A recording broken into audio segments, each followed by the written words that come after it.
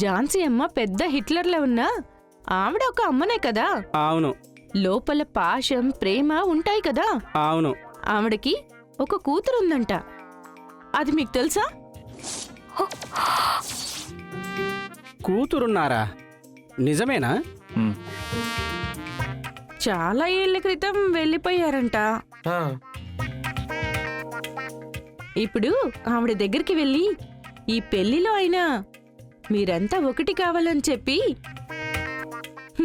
మీ కూతుర్ని ఇన్వైట్ చేద్దామని చెప్పబోతున్నాను. ఏ సంయుక్త, దయచేసి అది మాత్రం వద్దు. దానికి ఝాన్సమ్మ భయంకరంగా కోపడతారు. అది పెద్ద సమస్య అవుతుంది సంయుక్త. ఇంకా మొదలు పెట్టట్లేదేంటా అనుకున్నాను. మళ్ళీ మొదలు పెట్టేశావు. ఇంకా మొదలుపెట్టు. నాకు ఇలాంటి ఒక ఆపర్చునిటీ వస్తే నువ్వు దాన్ని ఆపడానికే చూస్తావు ఏంటి? నేను ఈ పని చేసి ఝాన్సీ అమ్మ మనసులో ఎక్కడ స్థానం సంపాదించేస్తానని భయపడుతున్నావా? మ్యాటర్ అది కాదు సంయుక్త, దయచేసి నేను చెప్పేది విను. ఏ ఆపవే. నువ్వు నన్ను ఆపాలనుకుంటున్నావు చూడు, అప్పుడే అర్థమైంది నాకు నీ ఇన్సెక్యూరిటీ. నేను మాట్లాడి తీరుతాను. ఆవిడ మనసులో స్థానం సంపాదించుకొని తీరుతాను. ఆవిడ మనసులో నుంచి నిన్ను బయటికి గెంటేసి తీరుతాను. వస్తాను. Bye. Sam, all the best. Thank you. Bye. ఏంటి కేడు నువ్వైనా తన నాపు. అదంతా వదిలే బంగారి. నువ్వు తన మంచికే చెప్పావు. వింటుందా? ఇలా అహంకారం పట్టిన వాళ్ళకి పడితేనే బుద్ధి వస్తుంది. ఝాన్సీ అమ్మ మూతి మీద 4 తగిలిస్తుంది. చెప్పాల్సిందంతా చెప్పేశాను. అత్తయ్య రూంలోకి వెళ్ళి తనని రాని, అప్పుడేమవుతుందో చూద్దాం. బ్రో, ఇలాంటి విషయాలు ఝాన్సీ అమ్మ నోటితో డీల్ చేయరు. అదే మూతి మీద కొడతారని చెప్పాను కదా. అది కూడా చేయరు బ్రో. ఇంకేం చేస్తారు మరి? అయ్యో, కాపాడండి, కాపాడండి. అయ్యో, కాపాడండి.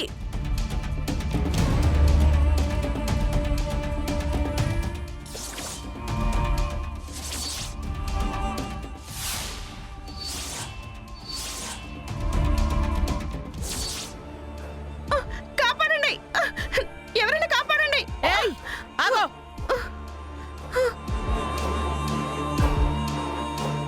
నీకు ఎంత ధైర్యం ఉంటే నా ముందుకొచ్చి ఇలాంటి విషయం గురించి మాట్లాడతావు? ఇంకొకసారి ఎవరైనా ఇలాంటి మాటలు మాట్లాడితే జరగబోయేది వేరేలా ఉంటుంది.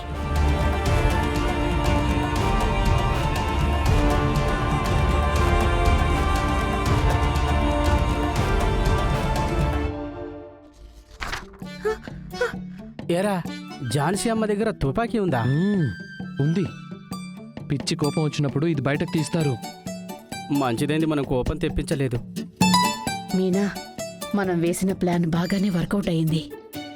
దానికి ఇలా జరగాల్సిందే. కానీ నేనే చెప్పి పంపించానని తెలిస్తే తుపాకీ నా వైపు తిరుగుతుందేమో కదా వదినా. మంచి టైం. అలాంటిదేమీ జరగలేదు వదినా. ఏంటి శామ్, గెలానికి చిక్కున్న చేప పిల్లలాగా డుబ్బు డుబ్బు డుబ్బు అని ఝాన్సీ అమ్మకి లాక్ అయిపోయామనుకుంటా.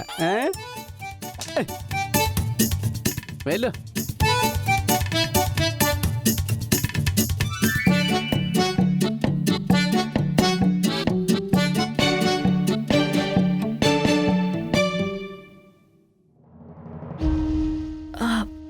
ఝాన్సమ్మ, ఝాన్సమ్మ, ఆ గన్ ఎలా ఇచ్చేయండి ఝాన్సమ్మ. ఝాన్సమ్మ, ఇవ్వండి ఝాన్సమ్మ.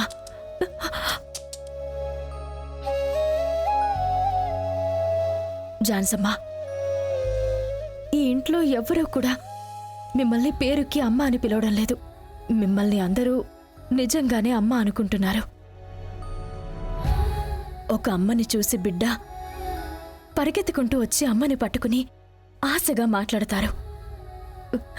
కానీ మిమ్మల్ని ఇలా కోపంగా చూస్తే భయంగా ఉంది ఝాన్సమ్మ.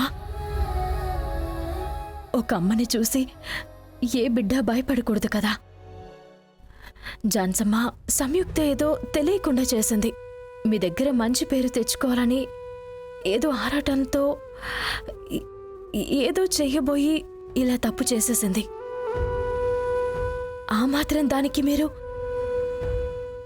జాన్సమ్మ, ఈ కోపం వద్దమ్మా.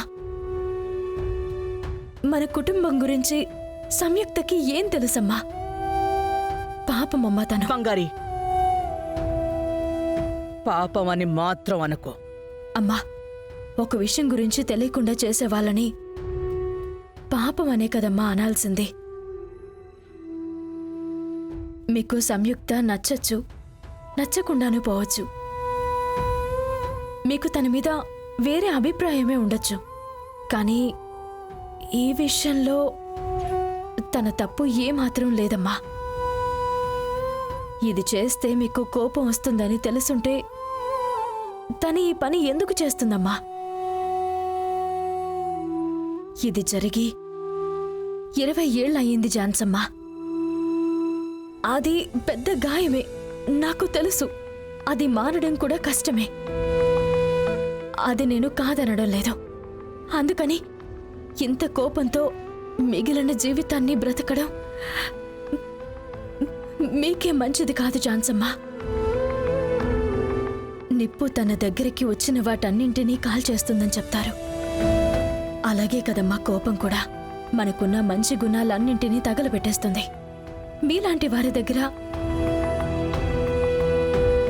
ఎంత కోపం ఉండడం మంచిది కాదమ్మా.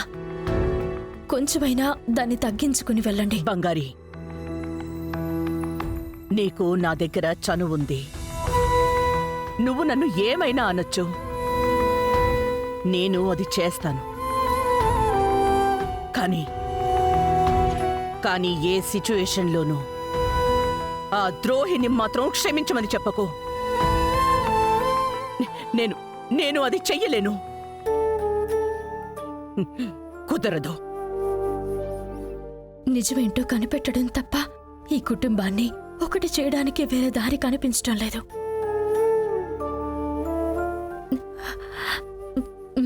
సరే అమ్మా, ఇంక మీదట ఎవరు ఈ విషయం గురించి మాట్లాడరు. ఇప్పటికీ సంయుక్తని మాత్రం క్షమించండమ్మా.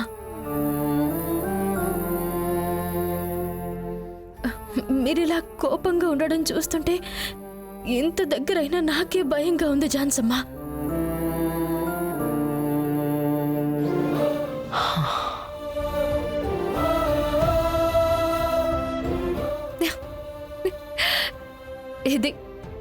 ఇది మా జాన్సమ్మ అంటే.